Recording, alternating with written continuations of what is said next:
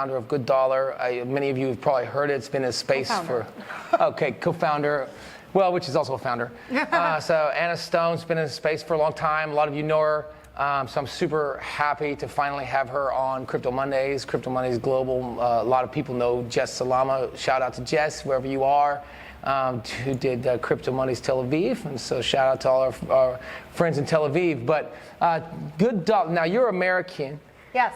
And you're based in Tel Aviv, is that correct? I was based in Tel Aviv. I'm a New Yorker, and I'm now back in New York. But I was in Tel Aviv for many years. So you're a New Yorker pure and pure. So Good Dollar started in? Israel. Tell us your story, origin story. How did you get into social good, and how did you get in blockchain, and then how did you merge those two things? Okay. So I've always been interested in credit and how you bring liquidity to last mile communities. Back then, that meant working with Visa and MasterCard to actually try to bring credit cards into favelas in Brazil, coincidentally, which is actually one of the best use cases of Good Dollar today. But I've always been interested in the question of how do you get money to the last mile, and how does that actually drive economies from the bottom up? Now, before we go further, I understand what last mile is, and I understand bottom up. Most people could understand bottom up economy. What do you mean by last mile and access to credit? Some people get that. Sure. So when I say last mile economies, what I actually mean is retail, right? Individuals and small businesses that are operating in places where often credit is the most expensive, right? So us as Americans, we think that a 5% interest rate is high. We think that a 7% interest rate is high. We consider that to be very expensive coming off of a zero interest rate environment. In many economies around the world, you're looking at a minimum 15% interest rate and very unfavorable payment terms, which means that in general, accessing credit, which is critical to all the things that we buy, right? Whether it's a house, but even small items such as like charging our credit card at the store, that's an example of credit. That it's very expensive to get money into those places, and the cost of administration of money is by many banks deemed unprofitable. Yeah. Why? Because when you're dealing with people that are living, let's say, more at the bottom of the pyramid, the amounts are lower, the costs of administration are higher, the profitability is not there for them, and so the business model doesn't exist, and therefore that's how you end up with 1.7 billion people that are actually excluded from the financial ecosystem, or what we call unbanked. Unbanked, yeah. Right? So when we talk about last mile, that's kind of what we're discussing. Mm-hmm. When we talk about credit, we're often talking about just like the ability to buy something without having the cash on you, right? Without having the cash on you.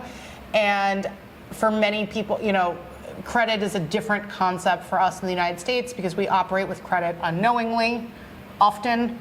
We're buying many things on credit, but because we have advanced payment systems and pretty cheap interest rates, we think that our Apple Pay or our Amex or our Visa is just like invisible. Yeah, cost of doing business. Exactly. So that's always been my interest, is actually how you begin to close that gap, because whether you're rich or poor, everyone wants to buy things, everyone wants to access things, everyone wants goods and services, they want cakes for their kids, they want to get their hair done, they want to get the latest pair of shoes or a new pair of shoes, even if it's a used pair of shoes, right? Yeah, they need to feel human, and they feel like they own something. Everyone wants to participate. Yeah, and needs to consume. That's right. So that's the system that we've created. That's the system that we've created. And where does Good Dollar stand on that? You've built up many projects and many hundreds of thousands of users, and people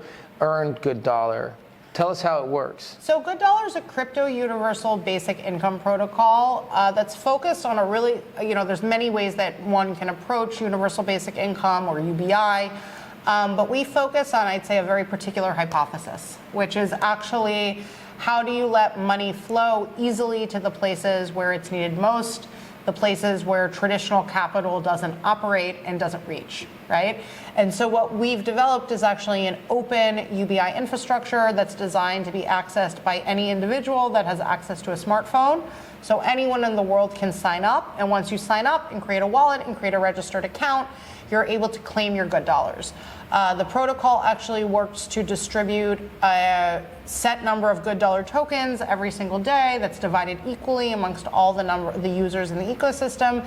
And what that does is that it actually has a natural filtering effect, where because we're giving out relatively small amounts of money in US dollar terms, what it means is that the users or the members of the community that actually end up claiming good dollar the most, using good dollar the most, bringing good dollar to their community are typically communities where they're really plagued by scarcity. Yeah. Right? Of course. Yeah, so that has been our philosophy, and our approach to UBI is actually to really let money flow to the places where it's needed most, even if it is relatively small value of, like a small US dollar value of money.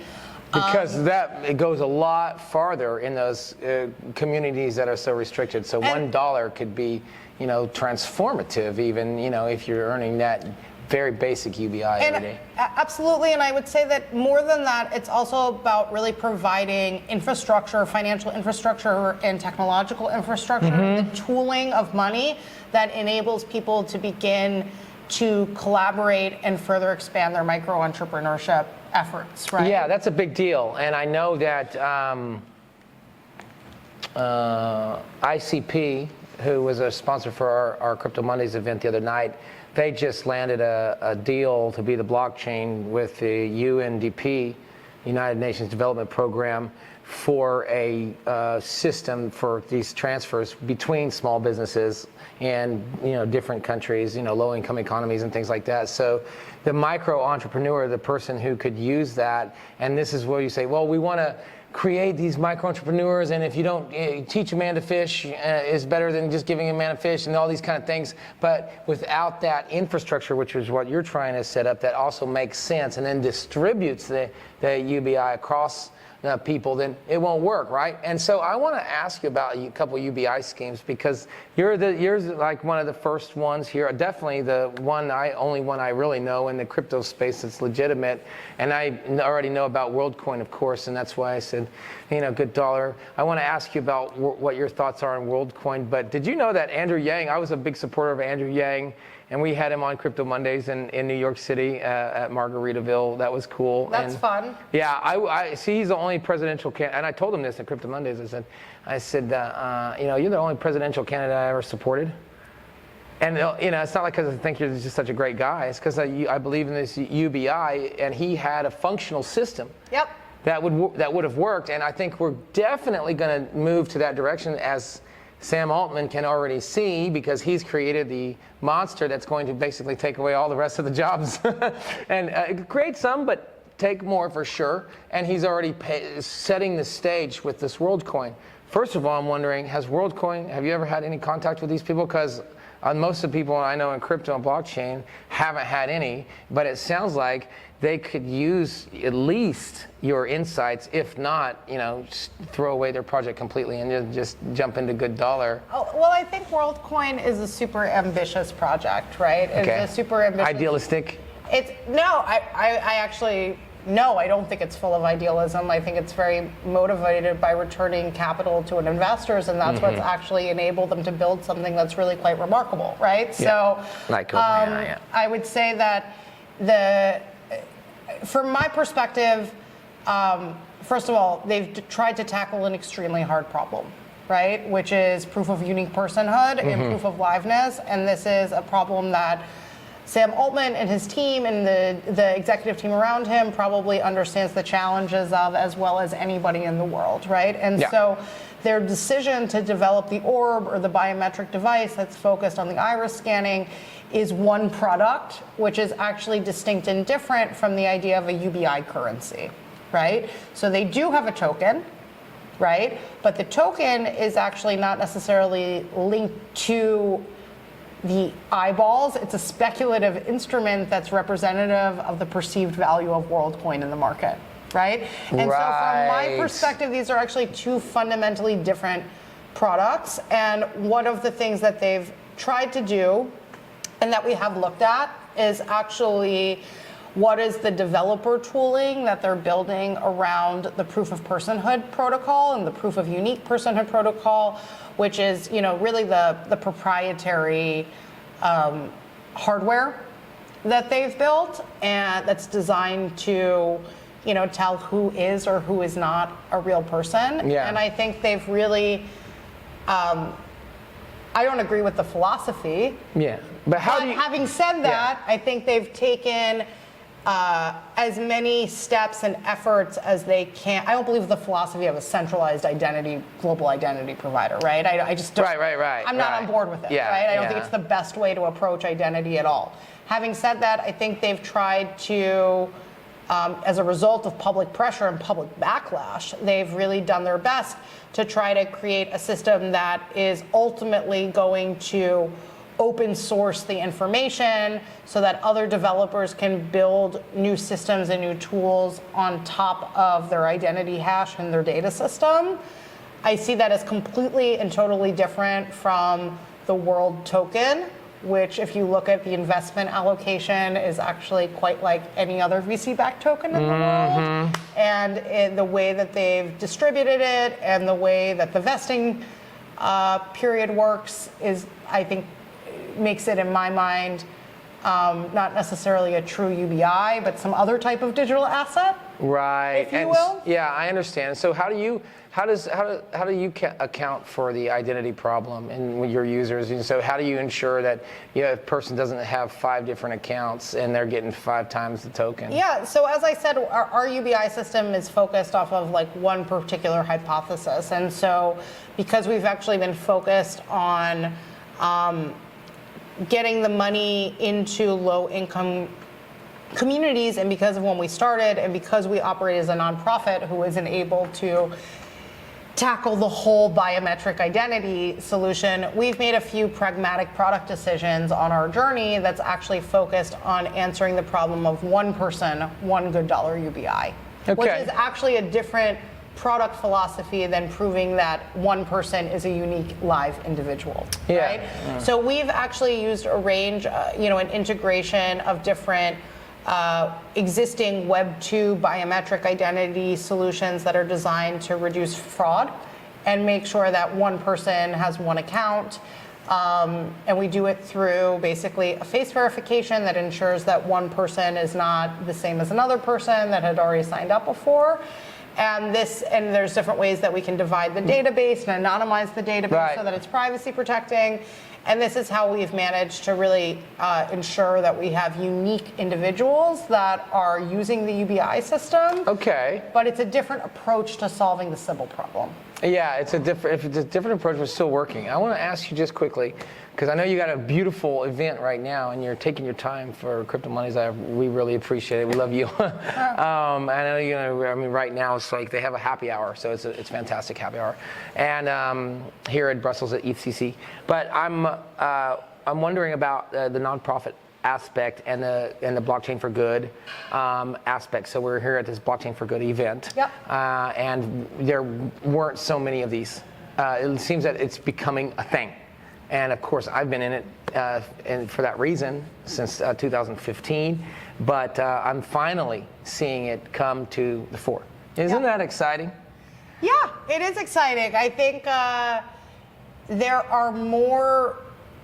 The nice thing about crypto is that as the space has grown, we've become more diverse in terms of our participants and our interests and our clothes and our experiences and our experiences, and our experiences and the people that are in this space. I remember when I started working in crypto in 2016 or 2017 as a non-technical person, it was shocking, right? Like, it was really unusual to come in without an engineering background, without a finance background, without a trading background.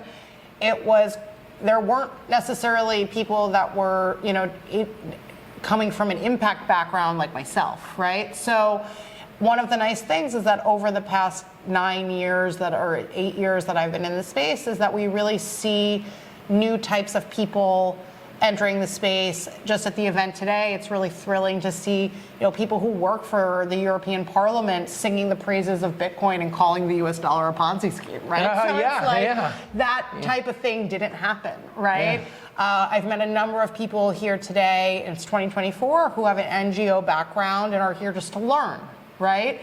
And that is the long education curve that's required in order to make mass adoption, whatever we're talking about, a real thing. And so that's wonderful. And the more people we can bring in that have different types of experiences, the more we're going to get out of our own myopic view of the world. That's fantastic. And just last question for you. It's about how we can support Good Dollar and what you're doing. People can donate through the charity, which is a U.S. 501c3 or we have foundation. A financial. Interestingly enough, when we started Good Dollar, there's no existing no legal structure to support a nonprofit DAO, right? So one of the things that we've done is actually there's been a fair amount of entity and legal innovation that's been a core part of our work. It surprises me that because I know that a corporation can be a profit or a nonprofit corporation. Why can't a DAO? In the sense, why is it necessarily a for-profit? It doesn't make sense because the whole thing is. It doesn't make sense, but that's there's the way no it is. existing legal wrapper, right? Okay, so actually today there's been a lot of innovation, like the Wyoming Dunia laws enable that, but when we started 5-6 years ago, that wasn't the case, right? So the way that we operate the nonprofit is primarily through key corporate donations. I'd like to shout out eToro and Yoni Asia, who is the founding donor and really the person that has made this project happen. And thank you to eToro and their support for being so committed to seeing the work through over so many years. And we've also brought in additional partners, Cello Foundation, other partners from Climate Collective who have given us grants, specific other high net worth individuals that are interested in UBI and promoting the cause and advancing the research. And so that's actually what's enabled us to run Good Dollar and the protocol without a motive for profit, which has set us apart from many of the other projects that have another incentive to return capital to investors. We really focus on getting all the money out there in the field and building technology that's 100% open source. Okay, fantastic. So you can learn more about Good Dollar and the project that they're doing. Also, if you want to support, if you want to go buy crypto and use a online form for that, eToro is obviously going to help you with that, and they're using their profits wisely to support projects like Good Dollar. And so Good Dollar DAO, you can check it out in the description. Make sure to like and subscribe to Crypto Mondays Global and attend your local Crypto Mondays whether you're in Tel Aviv or New York. If you're in New York, maybe you'll see Anna there or Lou or Julie or anybody else. And if you don't have a Crypto Mondays in your city, why don't you just go ahead and start one? Just go to the website and find out how you can partner, how you can build a local meetup in your community. Thank you so much to Good Dollar. Thank you so much, Anna, for your time. I really appreciate you having on there. And by the way, I love this outfit. Can you just tell me one last thing about this outfit? Sure, I'd be happy to. Here's the Cello swag piece, if you will. So this is actually a fun project that I've done with a friend, and it's focused off of showing appreciation for the Cello ecosystem, which I personally love because it's full of people who in projects and mission-driven builders that are really passionate about using blockchain to save the world and improve the world and address the really big problems. And so this sweatshirt is actually a tribute to all of those builders and trying to show them some real love, if you will, all the projects on it. Woo! All the Cello builders. Moving forward, this is a new approach to decentralized swag. So when you buy a sweatshirt on jollygoodcello.com, you get access to an NFT, and you get to vote on which stickers are on the next edition. Oh, that is proper swag. That's next level. Yeah. That's actually what we say. It's next level swag. That's participatory swag development. That's exactly right. And speaking of swag, I am not wearing a Crypto Monday shirt because I am wearing DeFi, the status quo with Good Dollar, y'all. All right, rock on. Ciao. Thank you.